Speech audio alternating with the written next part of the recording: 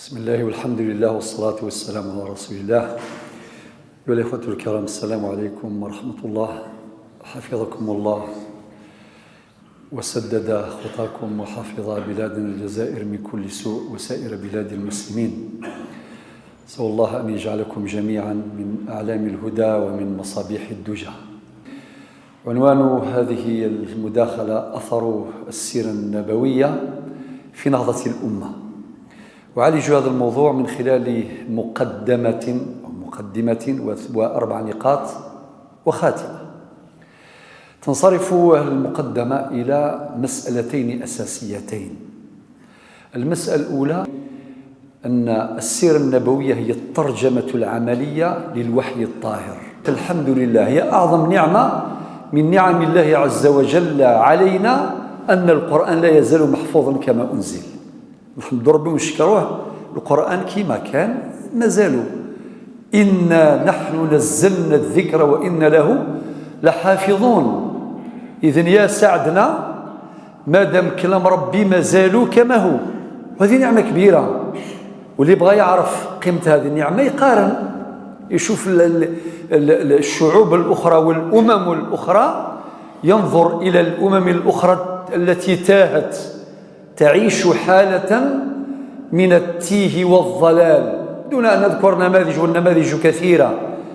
يعني ما عندهم كتاب، ما زالوا كما كان. بصمات الإنسان للأسف ظاهرة جلية في هذه الكتب التي حرفت، ولكن الحمد لله القرآن لا يزال كما هو إلى أن يرث الله الأرض ومن عليها. ربنا قال في سورة الإسراء في الآية 9: إن هذا القرآن يهدي للتي هي أقوم. إذن فهو منهاج حياة. إذن هذا الوحي الطاهر ترجم ترجمة عملية أمينة واضحة في سيرة النبي صلى الله عليه وسلم. ودراسة السيرة لها عدة مقاصد، منها المقصد الأول هو هذا: فهم الوحي. السيرة تترجم الوحي الطاهر، تترجم معاني وأحكام القرآن الكريم. السيرة النبوية تعرفنا على صاحب الرسالة صلى الله عليه وسلم، ونحن في أمس الحاجة إلى دراستها دراسة اعتبار، ندرسها دراسة فهم ودراسة اعتبار، ففهمناها سليمان. ومن خلال السيرة النبوية نقرأ سيرة الصحابة، أليس كذلك؟ الذين أيد الله عز وجل نبيه بهم في قوله تعالى: هو الذي أيدك بنصره وبالمؤمنين.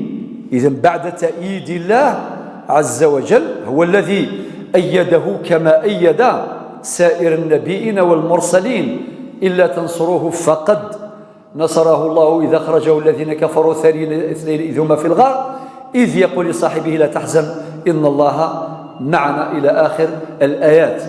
إذن ربنا عز وجل قال: هو الذي أيدك بنصره وبالمؤمنين. إذن ونحن نقرأ سيرة النبي صلى الله عليه وسلم نقرأ في الوقت نفسه سيرة الصحابة. نقرأ مثلا في قوله تعالى: مستهم البأساء والضراء. كامل كالرسول كالصحابة صلى الله عليه وسلم، مستهم البأساء، بهذا التدرج في الابتلاء، بهذا التدرج في الاختبار. مستهم البأساء والضراء وزلزلوا. شوف كلمة قرآنية عجيبة وبليغة وبديعة، تحمل معاني قوية جدا. وزلزلوا حتى يقول الرسول والذين آمنوا معه متى نصر الله. الجواب: ألا إن نصر الله قريب. كل ذلك يحدثنا عنه القرآن ليعرفنا بسيرة هؤلاء الذين رضي الله عنهم، والذين وقفوا وقفة وفاء، وقفة رجولة. ربي ذكرهم في القرآن، سورة الأحزاب مثلا في الآية 23: والعبرة بعموم اللفظ لا بخصوص السبب. من المؤمنين رجال صدقوا ما عاهدوا الله عليه فمنهم من قضى نحبه ومنهم من ينتظر وما بدلوا تبديلا. وفي سورة الحشر نجد آيات، الآية 8 على وجه الخصوص تحدثنا عن المهاجرين الذين صبروا مع النبي عليه الصلاة والسلام، والذين واجهوا المحن والإحن وألوان الأذى المعنوي والمادي، مع ذلك في الأخير هاجروا مع النبي عليه الصلاة والسلام، ووصفهم الله عز وجل بالصدق في آخر الآية 8 قال أولئك هم الصادقون. ويأتي البيان القرآني ليبرز قيمة الأنصار في الآية التي تليها من سورة الحشر، الآية 9 ذكر الله عز وجل بعض أوصافهم، منها ربنا قال في حق الأنصار يحبون من هاجر إليهم. هذه سيرة أيضا، الصحابة هاجروا، المهاجرون هاجروا من مكة إلى المدينة، والأنصار يحبوهم، ممكن يوفروا لهم كل أسباب العيش ولكن بلا حب. ولكن رب سبحانه عز وجل أشار إلى هذا المعنى اللطيف، قالوا مرحبا بكم لا سلاما وان مرحبا يسوان، ولكن بمحبة يحبون من هاجر إليهم. وذكر ربي أيضا صفة أخرى، النبي عليه الصلاة والسلام هو الذي ربى الصحابة على هذه الصفة، على هذه القيمة، فتمثلوها في حياتهم، وهي صفة الإيثار، ويؤثرون على أنفسهم ولو كان بهم خصاصة. ثم يأتي البيان القرآني في الآية 10 ليعلمنا أن نقول معرفة لأقدارهم ربنا اغفر لنا ولإخواننا الذين سبقونا بالإيمان. لكي لا أطيل في هذه المسألة فقط باش نقول إخواني الكرام، هذه مسألة مهمة، دراسة السيرة دراسة اعتبار. النقطة الثانية في المقدمة تنصرف إلى الأمة، عنوان المداخلة أثر السيرة النبوية في نهضة الأمة. أمتنا ليست بخير بيقين، أمتنا التي اختارها الله عز وجل وفضلها على سائر الأمم، كنتم خير أمة أخرجت للناس تأمرون بالمعروف وتنهون عن المنكر وتؤمنون بالله. أمتنا تعاني معاناة شديدة جدا في جميع المجالات، على مستوى الأسرة التي تنهار. طبعا حينما نتحدث عن مواطن الخلل في حياتنا من باب صرف النظر، من باب توجيه الجهود إلى معالجة الخلل فقط، وإلا في الأمة خير كثير لا ينكر، في الأمة خير كثير في جميع المجالات، وهذا أمر لا ينكر، ولكن لا بد أن تنصرف جهودنا إلى مواطن الضعف ومواطن الخلل في أمتنا، على مستوى الأسرة، على مستوى المجتمع، على المستوى الثقافي، على المستوى الإعلامي، على المستوى الاقتصادي، على المستوى السياسي، في جميع مجالات الحياة، على مستوى النهضة، على المستوى الحضاري. هذه الأمة التي ينتظر منها أن تبني حضارة تسعد الإنسان، حضارة اليوم حضارة قوية، حضارة مهيمنة، لا ننكر ما فيها من خير، لا يمكن أن ننكر ما في هذه الحضارة من خير. أمة التكنولوجيا، أمة الثورات، الثورة البيولوجية، الثورة الطبية، الثورة الإعلامية، الثورة في جميع مجالات الحياة، شيء جميل نعيشه في هذا الزمان. ولكن الوجه الآخر للحضارة المعاصرة وجه حزين، وجه كئيب، حضارة تزرع الشقاء، حضارة تزرع الفتن، حضارة تزرع الحروب، دماء تسيل في كثير من بقاع الأرض، أرواح تزهق بلا حق، ثروات يعني تسرق وتنتهب، أعراض تنتهك، عدوان صارخ على حقوق الإنسان في جميع الميادين، كل ذلك مشهود. وكخلاصة مركزة، حضارة تزرع الشقاء بكل صوره. لذلك هذا منبه لنا جميعا أن ننتبه إلى أن أمتنا مطلوب منها أن ترتقي إلى مستوى تمثل القرآن وتمثل سيرة النبي صلى الله عليه وسلم من أجل النهضة، من أجل تحقيق أسباب الإقلاع الحضاري من جديد.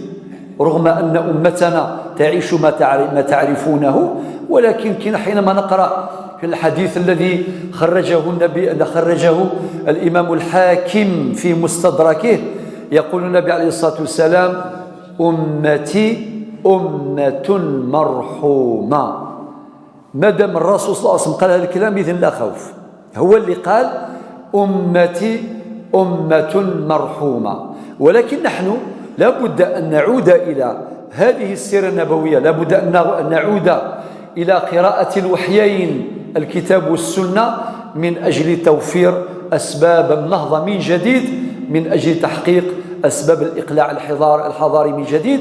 وربنا وعدنا ووعده الحق كما في سورة الرعد الآية 11: إن الله لا يغير ما بقوم حتى يغيروا ما بأنفسهم.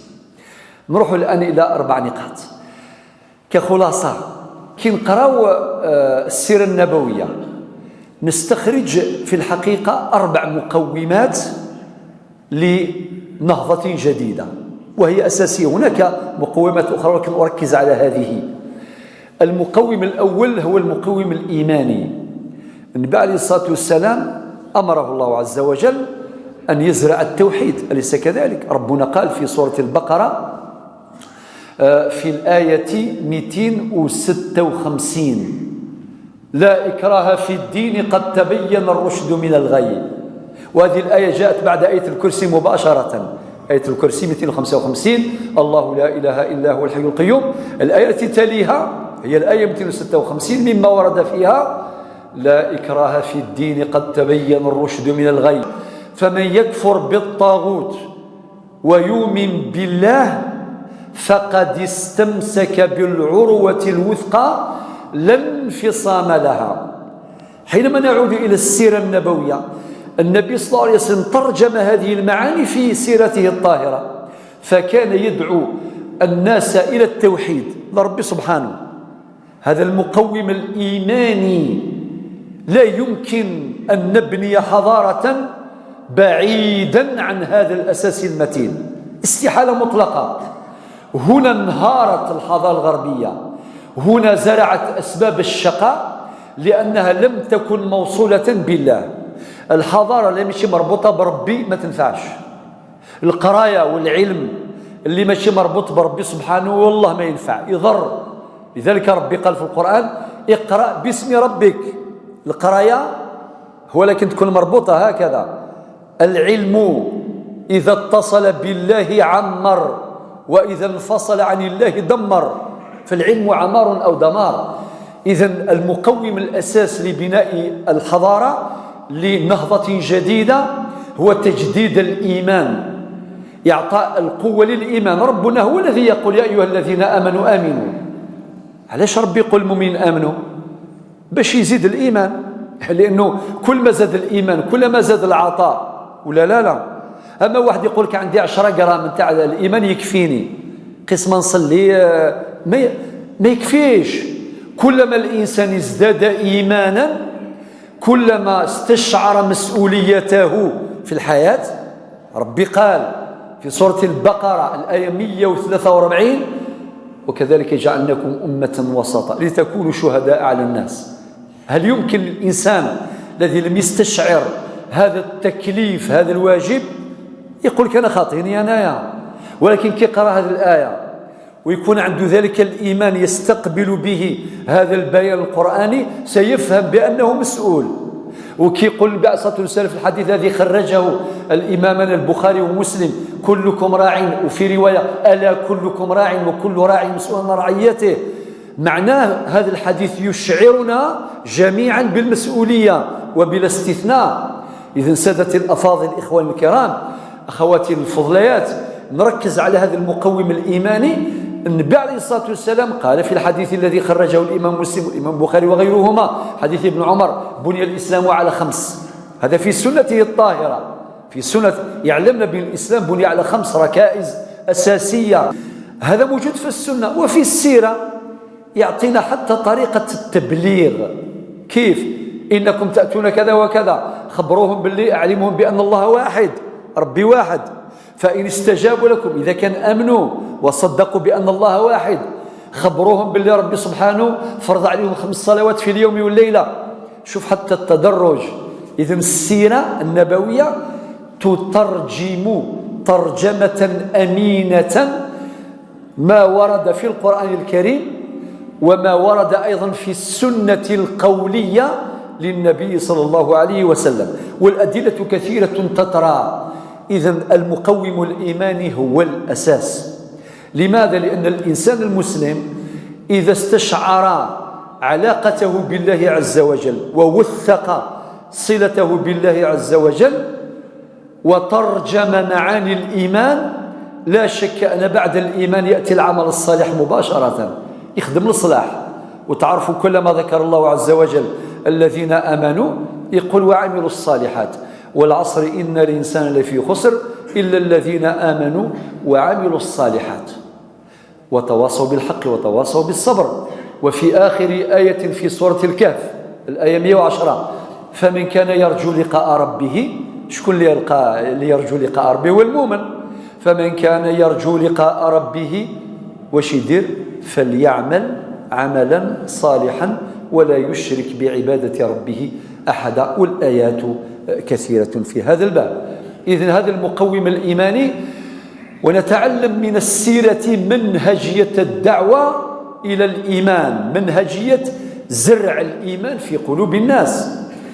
والمقوم الثاني ثانيا وهو المقوم التربوي.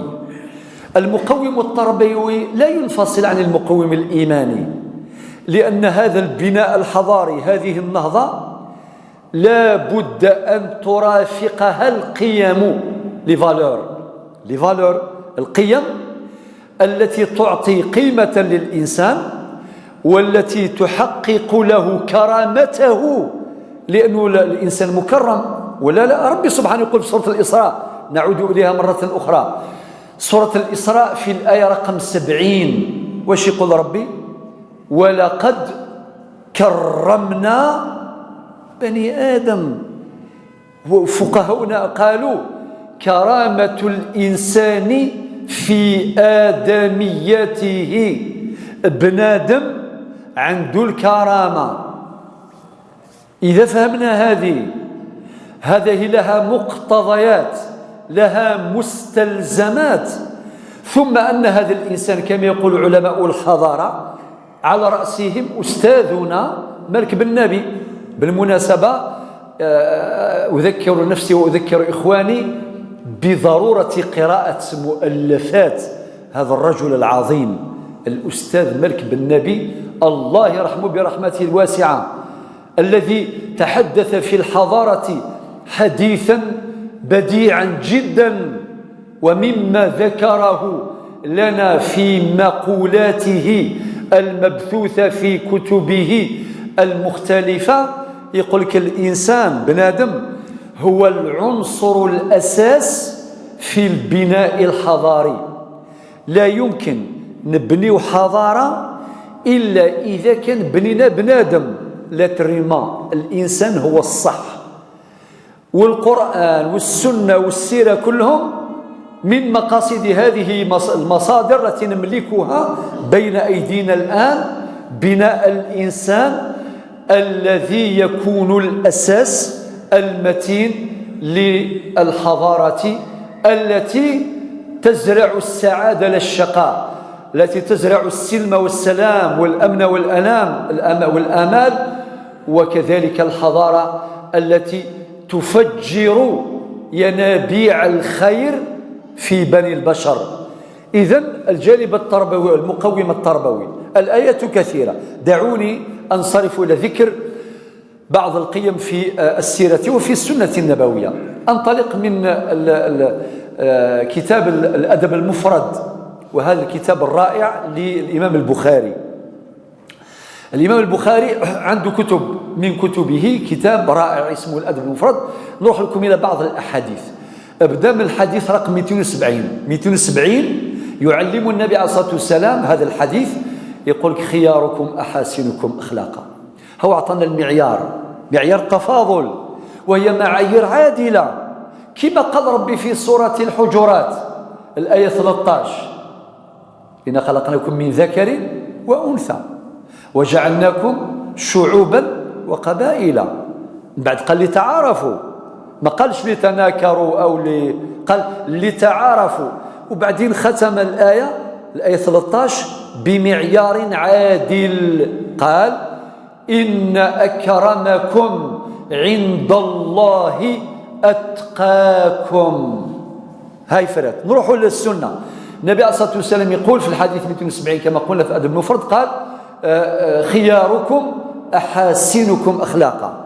الحديث اللي بعده 271 يقول ما من شيء في الميزان أثقل من حسن الخلق.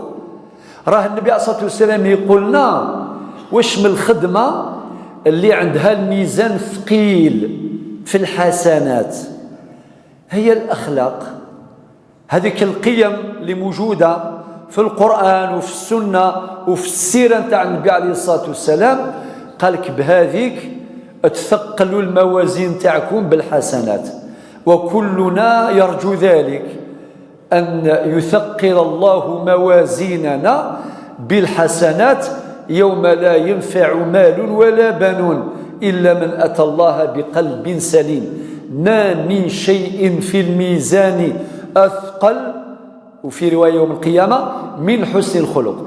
الحديث اللي بعده الحديث 272 النبي عليه الصلاة والسلام قال ألا أخبركم، هذه طريقة منهجية في سنته وسيرته طاهرتين، منهجية النبي عليه الصلاة والسلام في البلاغ. ألا أخبركم للفت الانتباه من أجل التركيز باش الإنسان يركز معاه. ألا أخبركم بأفضل من درجة، كما قال في حديث آخر في مجال آخر في مجال الصلح، الآية رقم الحديث 4919 يقول ألا أخبركم بأفضل من درجة الصيام والصلاة والصدقة؟ قالوا بلى يا رسول الله. قال لهم إصلاح ذات البين. أما في هذا الحديث قال ألا أخبركم بأحبكم إلي. شكون اللي ما يحبش هذا؟ كل الناس يحبوا، باش يحبهم النبي عليه الصلاة والسلام. وبعدين قال إن من أحبكم إلي وأقربكم مني مجلسا يوم القيامة أحاسنكم أخلاقا، وفي رواية أحسنكم خلقا. شكون اللي يبغى يكون عنده مقام عند النبي صلى الله عليه وسلم ويحبه؟ كلنا نرجو ذلك. قال اللي عنده الأخلاق مليحة. وسمحوا لي حتى ضركوا على مستوى الأسر، تلقى واحد عنده أولاد ولاده كاع، ولكن شكون اللي قريب ليه بزاف؟ هذاك اللي يجيب له غير رحمة ربي، غير دعوة الخير، اللي يجي يشكروا لك، وليدك دار لي الخير، وليدك عاونني، بنتك عاونتني، تقول لهم راكم تجيبوا دعوة الخير. واللي يديروا الخير يقول له الله يرحم الوالدين. إذا كان ولادك هذا هو مقامهم، ولكن ارتقوا إلى هذا المقام بأخلاقهم، بالقيم التي تمثلوها في حياتهم. نبينا صلى الله عليه وسلم يعلمنا ذلك: إن من أحبكم إلي وأقربكم مني مجلسا يوم القيامة أحاسنكم أخلاقا. والحديث الأخير الحديث رقم 273 واش يقول فيه النبي عليه الصلاة والسلام؟ يقول إنما بعثت لأتمم، الرواية تاع الأدب المفرد صالح الأخلاق، رواية أخرى معروفة مكارم الأخلاق صحيحة، إنما بعثت لأتمم مكارم الأخلاق. ولكن في الأدب المفرد رقم الحديث 273 واش يقول فيه النبي عليه الصلاة والسلام؟ إنما بعثت بهذه الصيغة الحصرية لأتمم صالح الأخلاق. وترجمها هو صلى الله عليه وسلم في حياته. كي نقراو مثلا في الغزوات، كالغزوة مثلا يوم الفرقان، يوم التقى الجمعان، غزوة بدر الكبرى، نلقاو فيها العجب. غزوة بدر الكبرى وقتاش حصلت؟ في السنة الثانية للهجرة، السنة الثانية للهجرة. بعد النبي عليه الصلاة والسلام. وطبعا ربي سبحانه وصف هذه الغزوة المباركة في القرآن كما في سورة الأنفال الآية 41: يوم الفرقان يوم التقى الجمعان.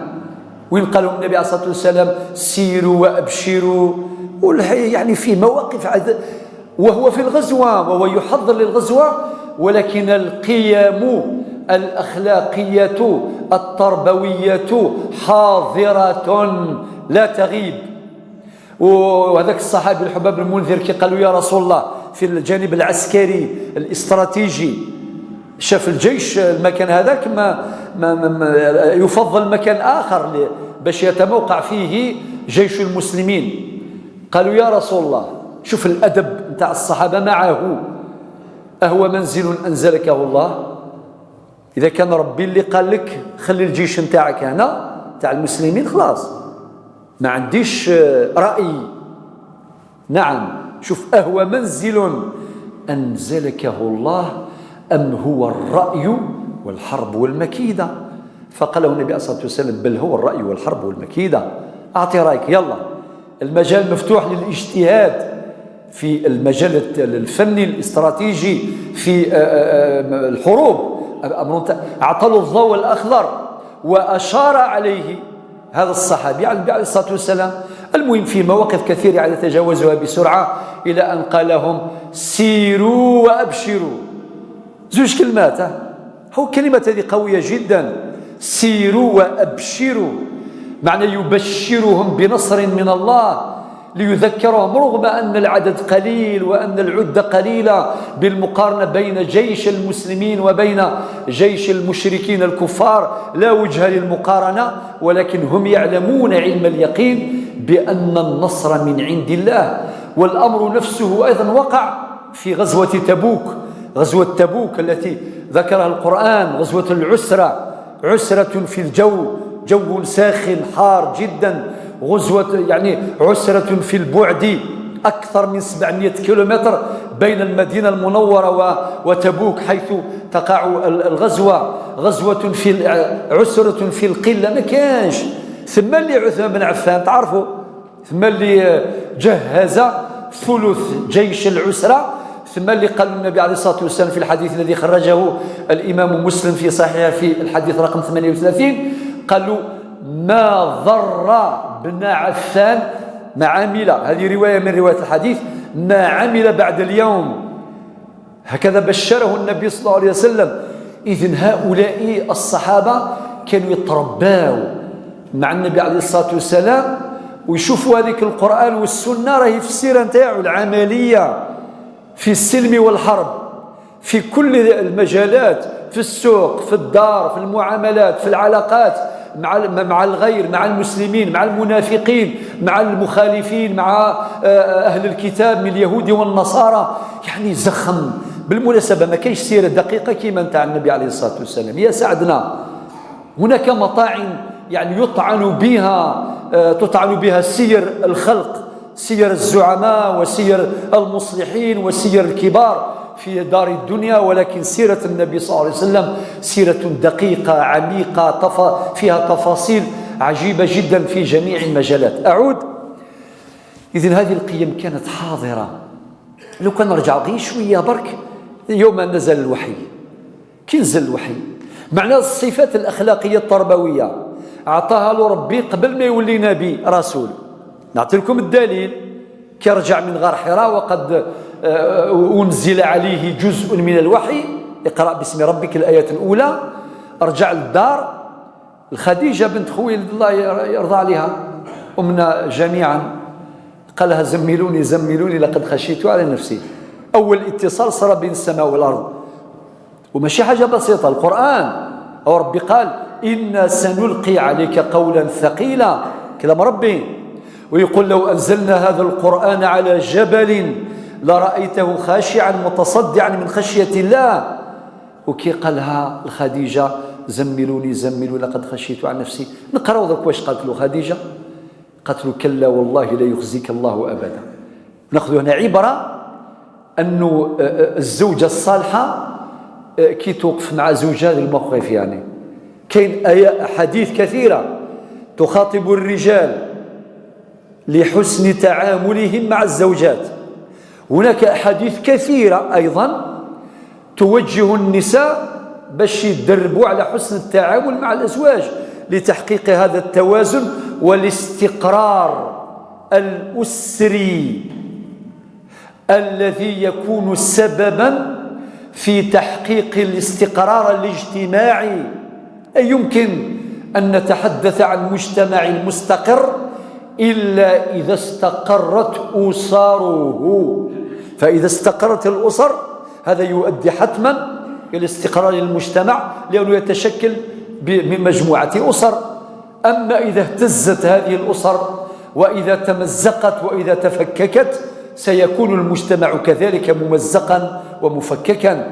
أمنا خديجة تعلمنا كيف خاطبت النبي عليه الصلاة والسلام، قالت له ما تخافش، كلا ربي ما يخليكش، كلا لا يخزيك الله أبدا.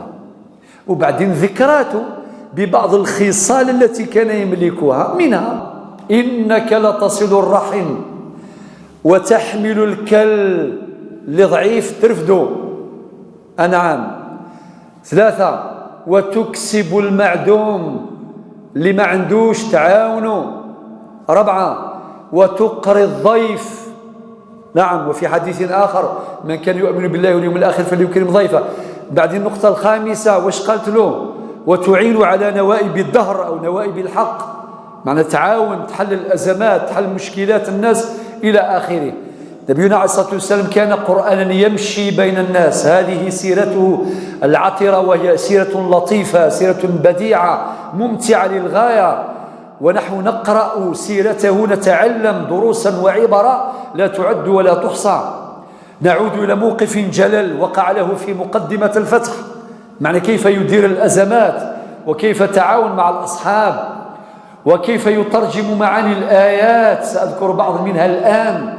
في مقدمة الفتح حصلت مشكلة حقيقية، أنعمه يوم أن جمع خاصته وأنبأهم بخبر الفتح باش يفتح مكة. أنتم عارفين أخرج عنوة من مكة إلى المدينة، كي دار تخطيط النبي عليه الصلاة والسلام باش يرجع لمكة فاتحا.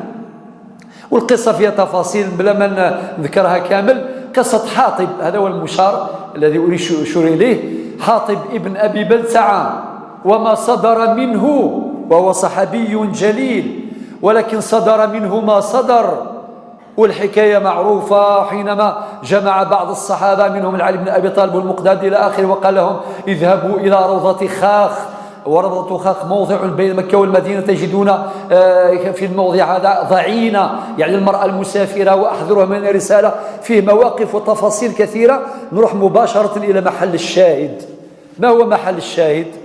تصوروا مع هذا الموقف، حيث الذي يجمع النبي عليه الصلاة والسلام وبعض الصحابة منهم حاطب ابن أبي بلتعة الذي سيجري حوارا الآن مع النبي صلى الله عليه وسلم وعمر بن الخطاب وغيرهم. وبعدين قالوا لما فعلت يا حاطب؟ ما فعلت؟ وعلاش درت هذا الأمر؟ الأمر ما هوش بسيط. قالوا يا رسول الله، شوف الصدق حاضر. قالوا يا رسول الله ما فعلت ذلك كفرا بعد إسلام، ما درتش هذه الخدمة لأنه لا، ولكنني أعلم أن الله ناصرك عليهم، على بل ربي نصرك عليهم، ولكن أنا ضعفت، عندي أولاد في مكة وعندي أموال وعندي، درت هذيك الخدمة، ولكن درك الآن يطلب السماح. وبعدين عمر كان عنده موقف. وبعدين واش قالوا النبي صلى الله عليه وسلم؟ قالوا يا عمر، شوف السيرة في هذا الموقف الصعب. قالوا يا عمر إن الرجل قد شهد بدرا، يعني من الناس اللي كانوا حاضرين، من البدريين، من اللي كانوا حاضرين في بدر الكبرى. قالوا يا عمر إن الرجل قد شهد بدرا، ولعل الله اطلع على أهل بدر وقال اعملوا ما شئتم فقد غفرت لكم. يترجم معنى الآية 237 من سورة البقرة، ولا تنسوا الفضل بينكم. عجيب، عبر عن ذلك أحد الشعراء ولكن في موقف آخر، والعبرة بتوافق المعاني. قال: إذا جاءك الصديق أو الحبيب بذنب واحد جاءتك محاسنه بألف شفيع. وكان هذا الموقف سببا في نزول القرآن الكريم. تنزل القرآن على قلب النبي صلى الله عليه وسلم، ما نقرأ في سورة الممتحنة: يا أيها الذين آمنوا لا تتخذوا عدوي وعدوكم أولياء تلقون إليهم بالمودة وقد كفروا بما جاءكم من الحق يخرجون الرسول وإياكم أن تؤمنوا بالله ربكم إن كنتم خرجتم جهادا في سبيلي وابتغاء مرضاتي تسرون إليهم بالمودة وأنا أعلم بما أخفيتم وما أعلنتم، إلى أن يقول الله عز وجل: إن يثقفوكم. تدريب، تعليم للأمة. إن يثقفوكم يكون لكم أعداء ويبسطوا إليكم أيديهم وألسنتهم بالسوء وودوا لو تكفرون لن تنفعكم أرحامكم ولا أولادكم يوم القيامة يفصل بينكم. وفي قراءة: يوم القيامة يفصل بينكم والله بما تعملون بصير. لا يمكن أن نفهم هذه الآيات إلا بفهم أسباب النزول. نبينا صلى الله عليه وسلم نتعلم من سيرته العطرة كيف يدير الأزمات وكيف يتعامل مع الأصحاب وكيف يتعامل مع كل الناس وفي جميع مجالات الحياة وفي جميع الظروف وفي جميع الأحوال. إذن هي سيرة زاخرة، سيرة فيها خير وخير كثير. نعود الآن إلى المقوم الثالث، وهو المقوم التشريعي. المقوم التشريعي، نعم، السيرة تضبط حركة الإنسان. فيها كما يقول الشيخ الشعراوي الله يرحمه: افعل ولا تفعل. من خلال السيرة التي تترجم معاني القرآن وأحكام القرآن تضبط حركة حياتنا، والوقت لا يسمح للتفصيل. إذا قال ربنا عز وجل في سورة الجاثية في الآية رقم 18: ثم جعلناك على شريعة من الأمر فاتبعها ولا تتبع أهواء الذين لا يعلمون. انتهى الأمر. فهي شريعة، وسميت بالشريعة لاستقامة أحكامها وعدم اعوجاجها. إذن هذه السيرة العاطرة تترجم لنا تلك الأحكام وتلك المعاني عمليا تطبيقيا لتكون صورة حاضرة أنموذجية جديرة بالاقتداء. الجانب التشريعي إذن حاضر. لماذا؟ لأن الجانب التشريعي التقنيني هو الذي يضبط حركة الإنسان في جميع مجالات الحياة من أجل بناء حضارة تتقيد بالحدود والضوابط الشرعية الواردة في الوحيين في الكتاب والسنة. ثم أخيرا المقوم الأخير وهو المقوم العلمي. لا يمكن أن نبني حضارة في منأى عن العلم. ربنا في الآيات القرآنية كثيرة جدا، والقرآن يدعونا إلى العلم والتحصيل العلمي وبلا حدود. كل العلوم تتكامل: علوم الشريعة، علوم الدين، علوم الفلك، علم الفلك، علم الجيولوجيا وطبقات الأرض، علم البحار وعلم البيولوجيا. كل هذه العلوم ربي قال اقرأ ولكن باسم ربك. هذا العلم الذي يربط الإنسان بربه. فكل تخصص يدرسه ويدرسه ويستثمر ما فيه من ثمرات لا شك أنه يربط ذلك كله بالإيمان بالله عز وجل، بل من مقومات الإيمان، من مقويات الإيمان، كما قال ربنا عز وجل: إنما يخشى الله من عباده العلماء. نقرأ في سورة ياسين في الآية 36: سبحان الذي خلق الأزواج كلها مما تنبت الأرض ومن أنفسهم ومما لا يعلمون. ليبحث الإنسان، ليستخدم عقله في البحث عن هذه المجاهيل في هذا الكون الفسيح، ليقرأ ويتعلم. كلما ازداد علما كلما ازداد عطشا وشوقا إلى معرفة المزيد. وقل رب زدني علما. لذلك ختم الله الآية 36 من سورة ياسين: ومما لا يعلمون، ليظل الإعجاز القرآني قائما. والآية 36 تساوي تماما الآية 49 من سورة الذاريات: ومن كل شيء خلقنا زوجين. وقبل الآية 49 نجد آيات أخرى أيضا تستفز العقول للدراسة والعلم. الجميع مدعو إلى ذلك.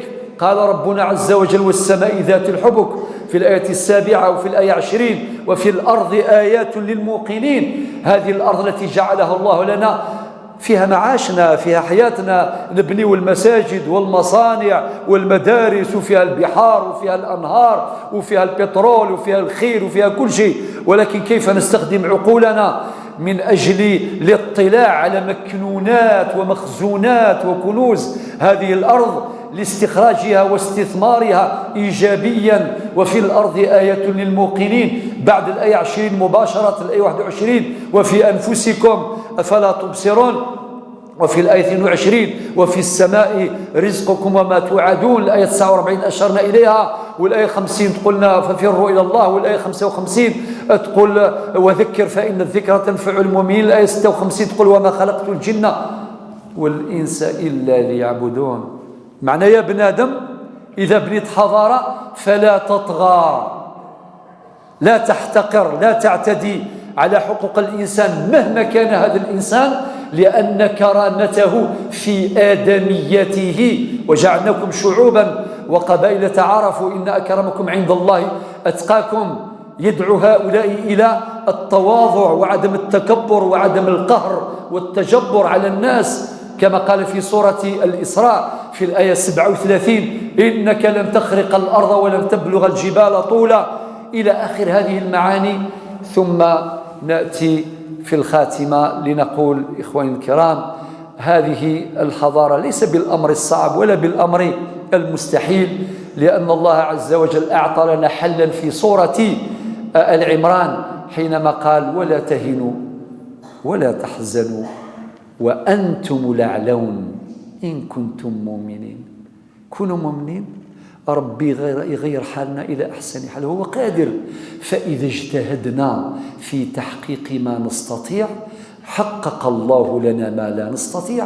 لذلك تأتي الآية 139 الآية 140 من سورة العمران، ربنا قال إن يمسسكم قرح، عندنا كاع قروح، عندنا قروح حضارية، قروح في كثير من المجالات ولكن ربي يقول ما تقلقوش، أنتم أمة الأمل، إن يمسسكم قرح فقد مس القوم قرح مثله وتلك الأيام نداولها بين الناس وليعلم الله الذين آمنوا ويتخذ منكم شهداء والله لا يحب الظالمين. وبعدين قالنا في سورة التوبة الآية 105 الخدمة الآن، الخدمة عندنا كل شيء كاين، قرآن سنة سيرة مفصلة كل شيء كاين. قالنا في الآية 105 من سورة التوبة وقل اعملوا فسيرى الله عملكم ورسوله والمؤمنون وستردون إلى عالم الغيب والشهادة فينبئكم بما كنتم تعملون. شكرا لكم على حسن الانتباه، والسلام عليكم ورحمة الله.